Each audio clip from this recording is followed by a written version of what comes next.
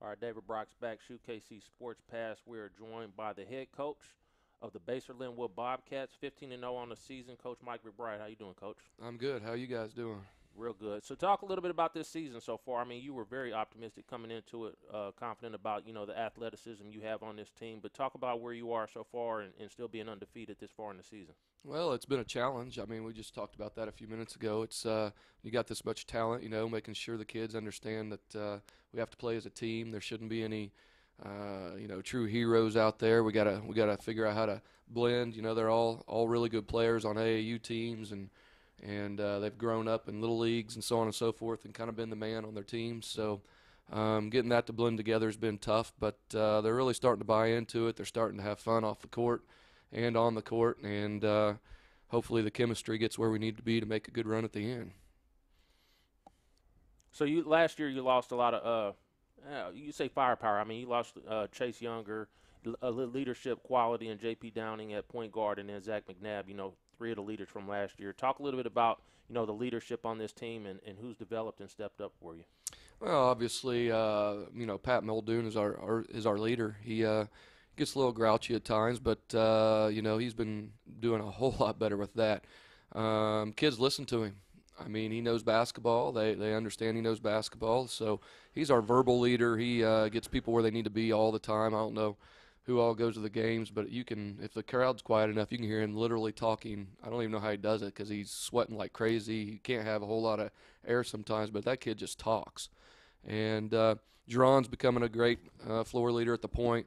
Brock Gilliam, even though he's coming off the bench a little bit, he might be our best nonverbal leader. That kid flat gets after it. So, the kids kind of follow those three, and the other kids kind of plug in and do what we need to get done. We talked about being 15-0 a little bit, and sometimes coaches get into this, or fans or whoever, being undefeated, and some say it's maybe good to get a loss headed into sub-state, state like that. What's your thoughts on that? Or you just want to keep playing well regardless of what happens? I told my team the other day, I didn't feel like we played very well the last 2 or 3 games before last night, and I told my team the other day, I probably have coached to make sure we peak at the end. And every year in 9 and 12 we lost to Lansing, about the same time as last week, and I probably coach in a way that facilitates a loss. And the thing is, we're just talented enough this year that we've kind of fought through some of that mid-season lull stuff. But we're getting to a point now, I don't think losing really helps you. It's one game at a time. We got to get lost in our sub-state mode and our state mode, and we really can't worry about what the record is walking on the floor anymore and get rid of all that. And I thought last night we took a huge step on that, but I'm not thinking right now a loss would help our psyche. If you asked me 2 weeks ago, I mean, yeah, if Park Hill would have beat us, it would have been fine. If we would have lost to Piper the last week, it probably would have been fine. But we're getting close to where that kind of needs to all disappear. That Piper game was the one that kind of stuck out to you. What were you seeing from the players that you needed to get addressed in practice over the next few days before you play Tongi? We need to respect teams a little more as a team. We came out in the first 6 minutes and we were flat flying. This team is so competitive. I think we get so juiced up at the beginning of the game. I've noticed that we've got to understand we got to play for 32 minutes. They're so competitive, they want to blow somebody out in 10 minutes, and then they think they're going to quit. And teams that want to go to state just as bad as we do, we can't do that. And so that was one thing that we just worked on in practice the next couple of days, was understand we got to work for 32 minutes. We got to quit thinking, we're going to blow somebody out in 8 minutes or 10 minutes. And then if it doesn't happen, then everybody wants to shoot the ball. Then I want to do it. We got that I want to do this. It's not that we have selfish kids at all. They're great kids, some of the best kids I've ever been with off the court.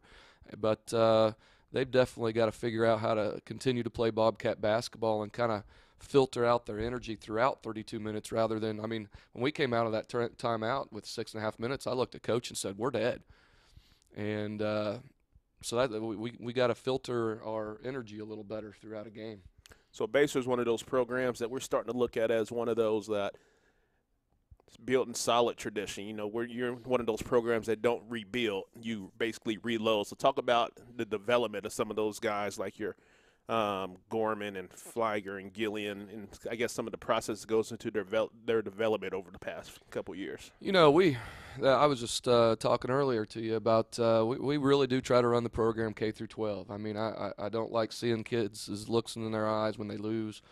So we really work hard on jump stopping with the youth. We work on trying to control the ball. To be honest with you, most years we're not going to be the most athletic team in 4A. You know, you look at your community, you're just not going to be that. So we try to teach fundamentals. We try to teach them so much basketball before they get up to the varsity level that the only thing they got to think about is winning. You know, we don't have to think about teaching fundamentals anymore. We don't have to teach the X's and O's. And if they've got some talent and they fight through all the ups and downs that basketball presents, then they have an opportunity to be pretty darn good. You know, right now our JV team, we haven't moved any kids up in the last 2 years because we had 6 freshmen on that JV team last year. They've lost 2 games in the last 2 years. So we lose 3 seniors next year. We're trying to figure out who the next 2 or 3 are going to be that step in the next year. And I'll be honest with you, we'll have a bunch of juniors on the JV team next year, and so on and so forth. We got a couple of good freshmen.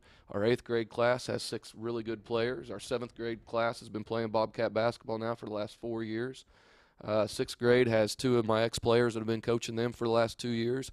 My son's in 5th grade, so I've been coaching them. So we just try to keep moving them up.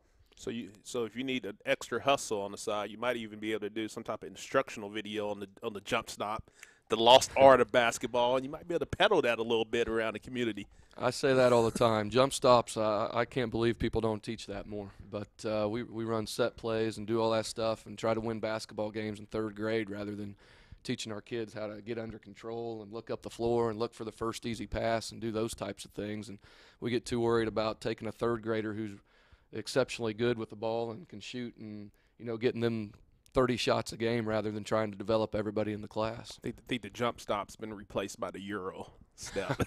Yeah, to go around them as opposed to stopping in front of them. Talk a little bit about your involvement, though, going all the way down through those levels, and how much do you have an influence on, like, the coaching, or do you give them a little bit of freedom, or are you giving them a base of what they should be working on and what they're going to get at the high school level? Yeah, I try to give them a base. I mean, I want the parents to have fun if they're coaching, or who, you know, if they some parents will actually come to me and say, you know, hey, we're kind of getting over our heads here. Do you have anybody to coach? And of course, I've got ex-players now running around that love to do that. So, you know, like a shout out to Justin Gripka, who is coaching our 6th grade team. He's working at Cerner and, you know, gets off there at 6 o'clock and runs over and coaches a team for me. And so yeah, I mean, I try to give them a base. We try to get them to understand what it's going to be in high school. I try to almost educate the parents and tell them behind closed doors state championship basketball is not pretty. Right. You know, it's not easy. Practices are rough. You know, they're not always going to have a high self-confidence. So, you know, all the way down, you know, since September 15th, I've probably dedicated 4 nights a week till 8 or 9 o'clock at night with whatever youth program wants me there. So let's start getting into some of your current squad a little bit. So let's start off talking a little bit about Jerron McPherson. You know, he started the year injured, stepped up for you guys since returning, you know, played a lot as a freshman. He was named to the tournament team at you guys' tournament and gives you a huge element of speed. Talk a little bit about the junior guard and what this, you know, his element of the game brings to your team. Just, you know, his leadership off the court is probably what people miss. He is such a pleasant kid to be around. The other kids love him. You know, he doesn't try to take any self-glory. His point guard skills are getting better every day. The kid listens. You know, he's a kid who has one gear sometimes, and we're trying to get him to talk, you know, understand change of tempo and recognizing what the other team does. Like against Piper, I don't even know if he recognized they went to a 2-3 zone, so he got himself in trouble a couple times, and he just gets into that mode. But the thing he really gives us is an explosive type of guard, and his defense is phenomenal. He gets some fouls, I think, sometimes that referees just can't believe how fast he is.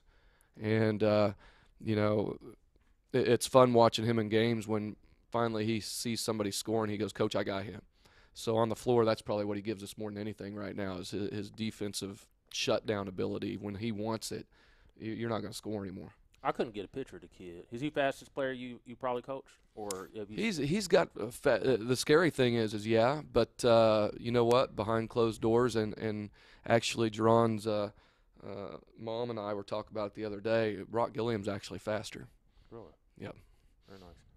So let's talk a little about, I mean, this got talked about beat to death with Jack Dale transferring from Tonganoxie. I mean, he's kind of stayed in the background at the beginning of the season, kind of broke out a little bit against Park Hill. Talk a little bit about Jack and his development, since last year. Even over the summer, he just kind of held back and stayed back and made sure everybody understood he was there to be a teammate and stayed very quiet. He's a great kid. He doesn't want to take anybody's Basehor-Linwood Bobcat tradition. He knows I've been with some of these kids since 3rd, 4th grade, so he's really tried to stay back and not get into the middle of that deal. And the way he's approached it is he's just taking what the other teams give him, and that's what's been awesome. He hasn't tried to force anything. The Park Hill game was a perfect example of that. Pat had his hands full, and they had Carson kind of overmatched on the inside, and our other guards couldn't get shots off. So all of a sudden, Jack Dale steps up and scores 20 points and goes to the basket. And really, to be honest with you, Park Hill didn't have another defender to guard him. Right. So that's what he's done. That's been great this year. Is he's really looking for the opportunity to be kind of that role player that's ready to be the man if we need him. Yeah, he did look much. I watched that game online. He looked much more aggressive in that game. Let's talk a little bit. We haven't thrown this nickname out this year. You think you brought it up last year, Pat, the Legion of Muldoon. Is going to be a player of year candidate for SHUKC. He's been big time all year. He continued to raise the bar. He's able to combine that skill with a lot of effort that he brings out there. Talk a little bit about his evolution from last year into this season. He's just become a better young man. I mean, he's keeping all of his focus on the team. It's amazing the questions he asks behind closed doors to make sure we got everything all sealed up as far as what the players understand, what our game plans are. Last night he sacrificed his body right at the start of the game and loose ball on the floor, and he's taking that 6'7" body and going full speed and diving 10 feet across the floor to get a ball. I mean, I think the kids have to respect your leader when they're giving that type of effort. You always say you hope your best player on the floor is your hardest worker, and we have that right now. I don't know. You tell me a better post player right now in the Metro. You tell me who it is, and Pat will take the challenge, and let's go see, if he's right there with him. But the kid's going to accept any challenge. He's almost too competitive at times. He'll even admit it. Coach he tells us this behind closed doors. Will you please yell at me when I'm drifting? Just get me on the block, because he's so competitive. He just wants a ball, and he doesn't even realize sometimes where he's at to get the ball. So he's probably one of the best. He is the best back to the basket player. And could that be something that, I mean, are college coaches looking for him maybe to be like Shamet, playing from outside, going off screens, and maybe shooting from outside a little bit more? He can shoot from outside. We just don't see it a whole lot because of how dominant he is with his back to the basket. Right, yeah. I mean, at the high school level, we've talked to a lot of college coaches about it. I'll be honest with you, when one comes watches him live, their automatic response is, we'll take him now. But, yeah, I mean, they're wanting him, if he plays at a higher level, they're wanting him to shoot outside a little more. They know at 6'7", he's not going to go in and dominate, at the post very often at all, probably. So they like his energy, they like what he does, and he's worked so hard. It's amazing how much better he is even this year than he was last year. Absolutely. So we had a conversation earlier in the year talking about AAU and kind of conversation with recruiting, and, at the D1 level. We kind of maybe share a little bit about that conversation on, what your thoughts. I know you put a lot of work into trying making sure that your kids get looks and all that. What are your thoughts on AAU basketball and maybe benefits or drawbacks? But you see some of the benefits with how Pat has developed and stuff. Yeah, too. I mean, there's no doubt about it. I think I got a bad rap at first because everybody thought I was anti-AAU ball, and that's not the case at all. I honestly think there's a great place for AAU basketball. I think the part that I got frustrated sometimes was an AAU coach would come in and have kids play different roles than what they could play, tell them they had strengths that they didn't have. And then they'd come back to me and, got a 6'8" player shooting three-pointers that couldn't hit the rim. So, that's the part I got frustrated with. But, AAU basketball, I know the Division I, recruits, they're obviously going to be out there recruiting, and they're not going to come to high school games. And I get that. I think Division II, Division III, they start looking at seniors more. So they kind of call out and get a hold of the head coach in basketball if they hear about a kid. Now, some of the Division II schools will see them during the summer. all right, but they'll follow up with the kid and so on and so forth. But no, there's a good mix. I think the high school coach has been pushed out a little bit, because of all that. I think there's a lot of programs out there that tell a lot of people that their kids this or that, and it gets us high school coaches stuck a little bit. That gets us in trouble. But man, I don't know. I've had 2 or 3 AAU coaches now come in and watch our games and come to me after the games and say, hey, what do we need to work with this kid? So if we could attach the AAU with the high school so that we could make sure we're doing what's best for every kid, right. that would be the ultimate thing that I would like to see. So how do those conversations work with your guys? A lot of guys maybe want to go play college ball. I guess you have to sit them down and tell them what their, realistic opportunities are in front of them, or you just kind of.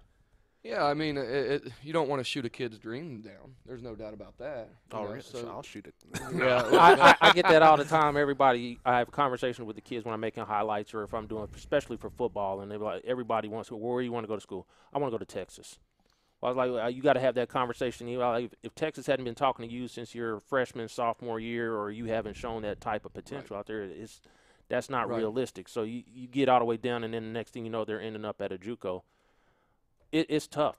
I don't even know what a D1 basketball player looks like. I mean, we saw Semi Ojale a couple of years ago, but have you gotten any feedback of exactly what you need to be looking for what is a D1 athlete at the basketball? I think the hardest thing for everybody to understand, I mean, what I try to tell people is when you're watching TV, you don't realize that the 2 guard for Kansas is 6'9". Right. I think that's the most difficult thing to get people to understand about Division I basketball is that, they don't look that big when they're all together on TV.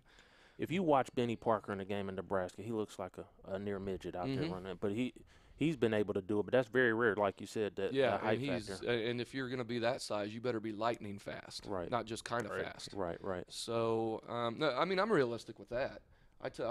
My parents have actually handled that all pretty well. I mean, most of us are coming in and, hey, my kid just wants to play somewhere. What does my kid need to do? Where do we need to go? So I've actually been pushing the extra basketball, and I'm careful with I don't know which level is really AAU and which is a club team or a select team, but, just letting our kids play more basketball because it's such a skill sport.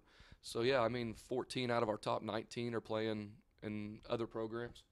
So I encourage that. But, yeah, sitting the kids down and letting them know we're going to have to get faster. You're going to have to get stronger. You're going to have to jump higher. You don't understand that, you're going to be playing kids from 50 states, from tens of thousands of high schools. It's not just a little, the 20 schools that we get to play during the year. And I mean, they all know that they're going to have to get better if that's really what they want to do. So you talked about parents a little bit, and Basehor is one of those smaller communities where you have a lot of parents that's been around for a while. Of course, winning helps. But we saw a situation last year with the football, for example. A lot of parents get involved. How much do you have to deal with parental issues, if hardly at all, with a successful basketball team? Well, I mean, I've been there. This is my 11th year now. I'll be honest with you. The reason why I stayed at Basehor was because of the parents overall. I mean, you're always going to have situations, but parents have been incredibly supportive. I think the big thing I've tried to do is try to be fair to all the players. I mean, if Pat Muldoon decides to do something, let's say he gets an F next week in a class, I mean, he's going to sit. So I'm not going to play any favorites. I'm not going to do any of that stuff. But I think the big thing is I have a big parent meeting. It's about an hour and a half long. I go over some things that other coaches look at me and say, you don't really say that, and I do. I mean, I think it's important to stay up front. I've had lots of parents tell me thank you. I think us parents need to be educated sometimes of what we need to do.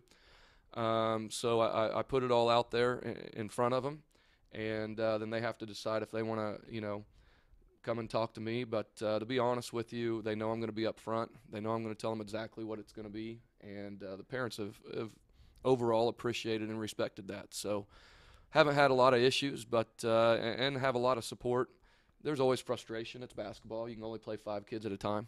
I mean, that's probably the hardest part for them to understand is I only get 5. Yeah. And, football gets 22. at least, in Right. special teams, Yeah. they'll put a couple kids out there to make those couple parents happy, and, baseball and soccer, it's all different. So One thing I do, kind of last questions we get here, I want to make sure give you the opportunity to talk a little bit. I can't be more impressed with the Bobcat Network and the students that kind of drive that. Talk a little bit about how that's provided a little bit extra exposure for your program. Oh, it's been huge. I mean, right now it's nice that got to talk to Greg Marshall there from Wichita State and talk to him about Pat a little bit, and he got me in touch with two of his old assistants that are now coaching D1, and they got on live stream, and we can actually trace where they're coming from. So Right.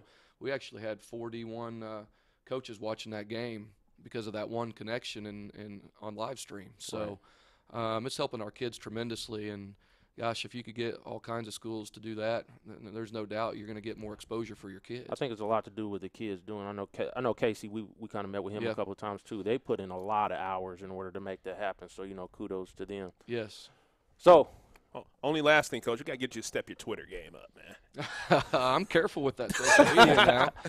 Now, come on. I understand. I've ventured out a little bit. I saw a couple this week, and I was like, where did this come from? Yeah, Yeah. like I didn't even know Coach had Twitter until I saw that tweet about.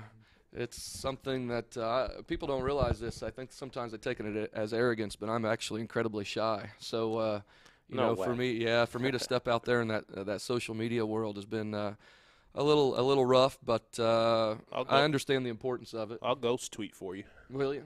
Well, I don't know what that means, but hey, Meaning it he'll sounds tweet on scary. your behalf. Oh, no. Let's not do that. You should let me do it. then you have a lot of fun then. Hey, Coach, we appreciate all your hard work and definitely success the rest of the way. We want to see another undefeated team win a state championship again this year. So Well, do thank work you. and make it happen. Thank you. That's the goal, so we'll see what happens. Absolutely. Coach McBride with Vernon Birmingham, David Brox. We'll be right back.